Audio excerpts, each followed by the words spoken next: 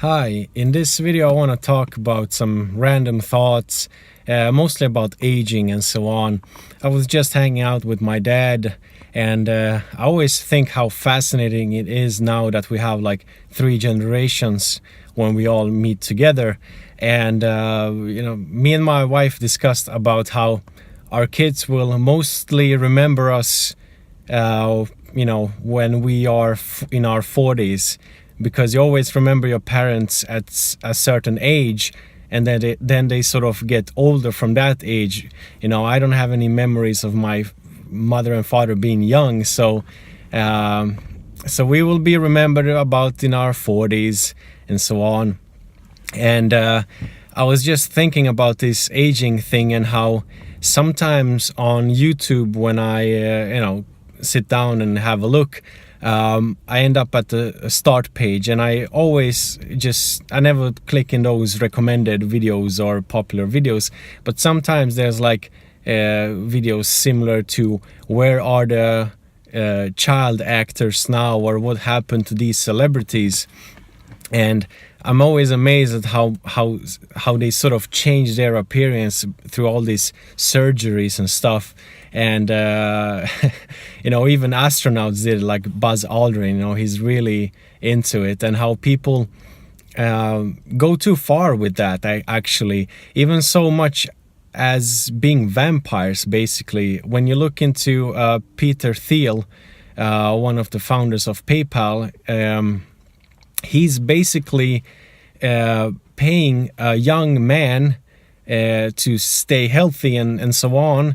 And they have the same blood type, so the young man is leaving blood, and Peter is injecting that blood, because a study was made on mice that showed that young blood is actually rejuvenating or stalling aging, basically. So that's kind of like a legal form of vampirism in a sense, and it just makes you think. There are so many children around the world that go missing every year. And to what ends do people go to sort of escape aging? Because with all the money, fame, and sources of interest and joy we have in our society, we should be able to, our lead figures should be able to get older with some kind of grace. You see, even Vladimir Putin, he's getting younger every year. So instead of learning how to get old with grace, we are just trying to stall that. And that's the way it is. And I'm thinking about sometimes that I've passed my 30s. Well, I've passed my 20s, I'm into my 30s, and I think about, so are there any regrets or things I should have done in my 20s? And there are no regrets, in a sense. There are things that sort of, if I knew that earlier, I would have done that earlier, and I would have sort of be ahead of myself. It can be anything from economy, learning about money, investments. I don't know. It can be anything about focusing on work and not so much on academia, or depending on what circles you grew up in or hanged around in your 20s. For me, it was basically a very liberal kind of environment. Sometimes decadent and so on, but I was always unconsciously very conservative, in a sense. Not the Republican US type of conservative, but basically I always had this sort of values and ideals of some sort, which never were sort of forced upon me on my parents. They never sat down to me and said, this is how it's supposed to be, this is good, this is bad. But I grew up, in Sweden, in a very liberal,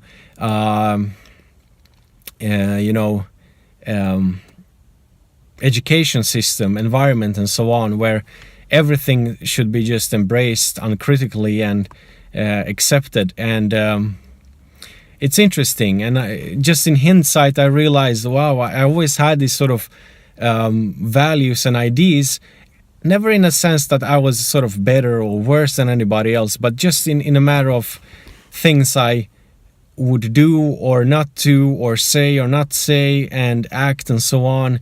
And that's something I'm proud of, when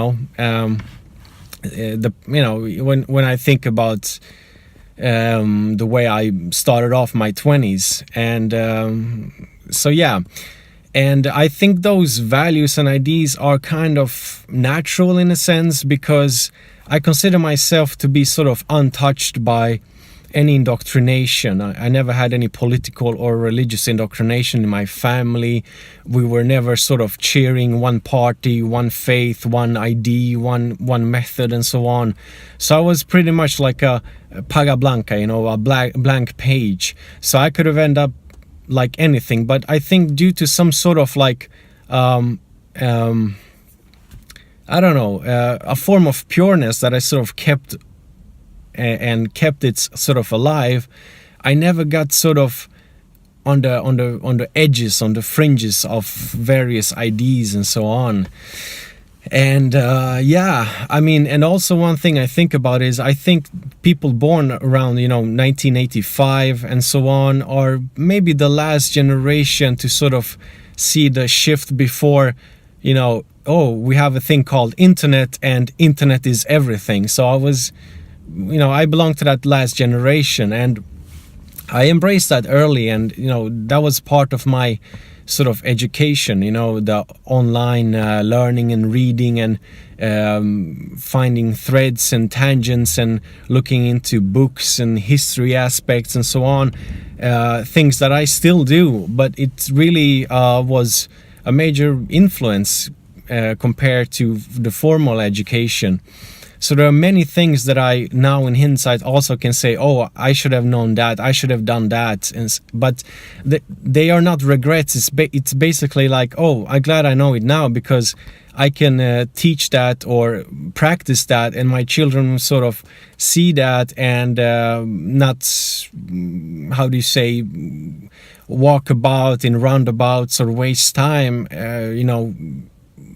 because they will eventually come to the same conclusions, because we all do. We all come to the same sort of general conclusions in some aspects, and so on. So I think aging is quite something beautiful, and going back to the celebrities and all the sort of remake of faces and implants or injections and so on, I always found sort of people who are full of vitality and all. I found them beautiful. All their wrinkles and age spots and so on, that doesn't matter, because I think it's when I see couples who have been together for like 50 years or something, it's really a cozy feeling. And for me, another thing that I was blessed with was that I met my wife when I was 25. So, in this day and age, that's relatively early. And, now we have a family, and it took us 5 years. So we got our first child when we were 30, and we are the same age. And we are both kind of youthful and so on. But that's also another thing that, I realized, well, hey, there's so much time being wasted for people in schools, in this sort of individualistic society, that when you just get a hang of it, I mean, why wouldn't you sort of begin earlier? I mean, imagine, I think about people who get children when they're like 20, 22, and they're happy together, of course. I'm not talking about the sort of, random family forming or broken relationships. I'm talking about the sort of more successful stories. I think that's amazing, because they get to spend more of their vital years with their kids and be able to play and run and do stuff. So for me, my goal is to be very active and good when I'm in my 40s, because that's when my kids will be like 10 and so on, and even prior to that, of course. So those are like some ideas and so on. And I remember thinking about back in the days when I was like 16 or something. There was a musical forum, and there was a thread about, you know, things that I should have done when I was 20s. And reading that at that time, before I even was 20, I thought like, wow, everything is so like, how should we say, body based, and there were many regrets and so on. But I don't have regrets. I just have like, you know, the typical kind of thing that you learn thing as you age. And of course you can hypothetically realize, wow, if I had that knowledge when I was 20 and I began this sort of thing when I was 22, 23, it would be, you know, I would be much more ahead of myself in a sense. But that's not a regret. For example, the internet thing, working online, it's something that I decided to do in 2011, going from blank. And my whole idea was like, because we all sit in front of the computer all the time, learning stuff, working, educating ourselves, communicating. So why not try to sort of incorporate some work in that? I already did a video on that. I'll leave a link to it, and a blog post about like things that sort of helped me along that path. And in the beginning I began with like websites and stuff, but that was not the future, because I mean, if you're into that stuff, the age of sort of making websites for people, that's very sort of late 90s, early 2000s. But you start off at one point and you eventually evolve into something else. And and also now when I have this family perspective, and when I meet other people who have families, you learn really like how precious time is, and that it's so easy to get stuck. It sounds like a cliche. When I heard those things back in my youthful days before having a family and so on, I thought like, oh, it sounds so cliche, it sounds so you know, repetitive and so on. But you realize that's really an easy trap to fall into, because I mean, throughout the day you have to do so many things that involve taking care of children, you know, working, you know, like keeping your home clean, making food. There's so many aspects to it. So just finding a sort of balance and a good flow in that is really wonderful. And I think also by doing that, one can really age in a graceful way, and sort of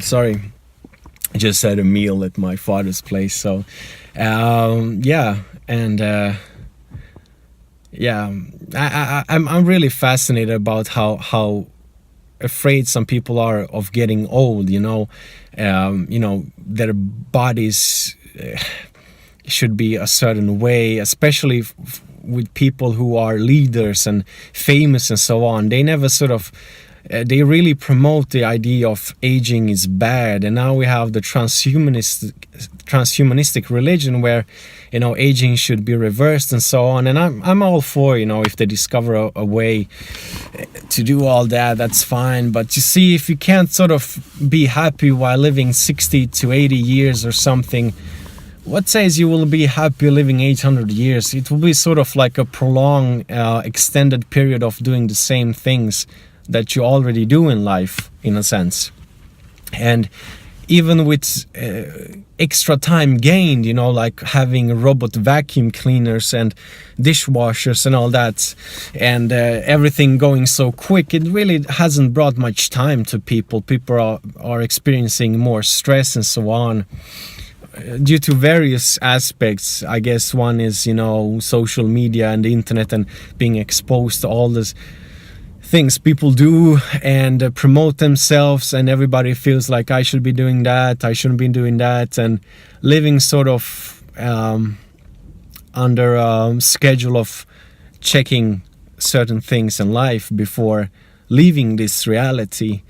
But yeah, my wife always says, like, I really want us to become old, and wrinkly, and just remember the good old days, and say, hey, we had a good life, we did it all the best we could, and so on. So yeah, and one funny thing is, like, these videos on YouTube, how long will I do this channel? Like, if it stays around another 15 years, looking back 15 years on these videos and so on, it would be interesting. And yeah, also for my kids, to sort of like, hey, my dad did this video thing, they can at least follow a kind of pattern or a streamline of events that I recorded and so on. So yeah, oh, it's getting chilly. It's the first real winter day, but it's end of February, Spring should be around the corner in a month or month and a half, so it's kind of too late, but I really still enjoy it. It should have been like this since November and straight through the winter. I miss my time living in Norway, with all the mountains so close, with all the winter activities that were available, just going out skiing, long skiing, and yeah, all the forest walks, the views and so on. It's really beautiful. West coast of Sweden is very flat, and most of the time it's gray and rainy, just as the west coast of Norway is. And also in Bosnia and Herzegovina, I never grew up there, but I find it beautiful. They have the Alpine and the Mediterranean climate, and Croatia has the ocean there. So yeah, so many places to stay and be at. And yeah, we are planning to travel to places and so on eventually. Big goal is to spend the winter somewhere warm. We always have done like colder trips and travels and so on, but now we are looking forward to be at a warm place, just be in the ocean with the kids and so on, eating fresh fruits. So that's one of the goals for this year, and already now we began to sort of prepare and think about what's going to come along with us, what's to pack, how to store stuff and so on. Yeah, and sometimes I remember the days when my wife and I were, just the two of us, and how easy it was. It was like, I remember our first trip to Iceland, our first trip together. I just called her in the middle of the night, like, hey, we are going to Iceland. The tickets, everything is prepared. I just need your passport number. So, get your passport. But it's still very easy. It's just some extra things that need to be done and so on. So that's some thoughts about aging and vampirism and so on. We have our time on this planet, and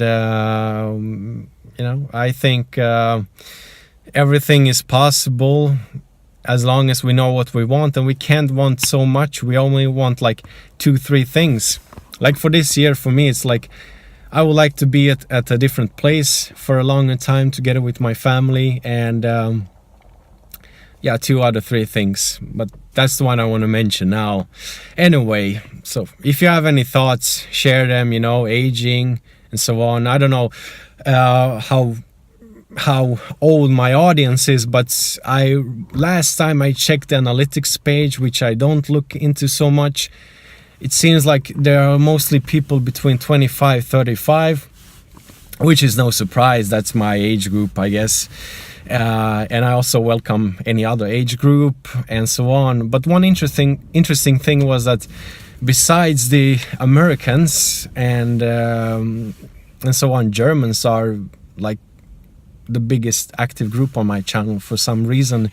And I think also the Americans have sort of watch mostly the like review videos I've done of like a bag or something, or a music video I composed for the song in the year 2525. But all these other videos where I just talk and share stuff, it's mostly Germans, you know. So yeah, it's interesting. Anyway, have a great day, take care, and all the best. Ciao.